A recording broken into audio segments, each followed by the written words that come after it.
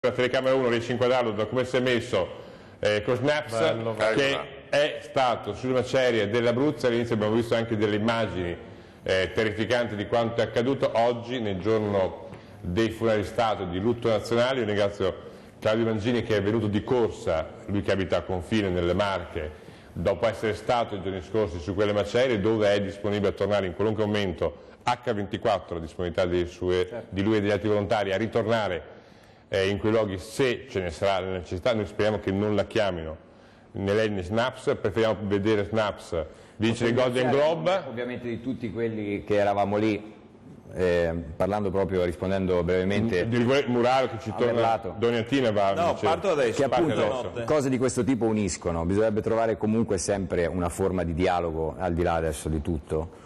Tanto nessuno cambia la vostra idea, nessuno cambia la nostra, però da quel punto di vista lì preferisco Snaps pensarlo a fare l'attore, certo, nella serie che diceva sì. Brian O'Brien magari su Disney Channel. Disney Channel, la serie TV è? Brian O'Brien, un Golden Globe, una cosa importante. E nel salutarvi no, inquadriamolo.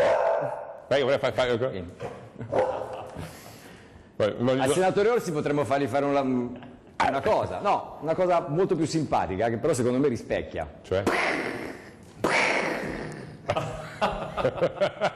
Vabbè, allora io spero che abbiate apprezzato questa trasmissione. Se qualcuno l'avesse sentita con la mancanza di rispetto per le vittime del terremoto nel giorno dei funerali del lutto nazionale, se qualcuno così l'avesse avvertita, noi comunque dovesse essere di questo, se qualcuno avesse avvertito, chiediamo scusa.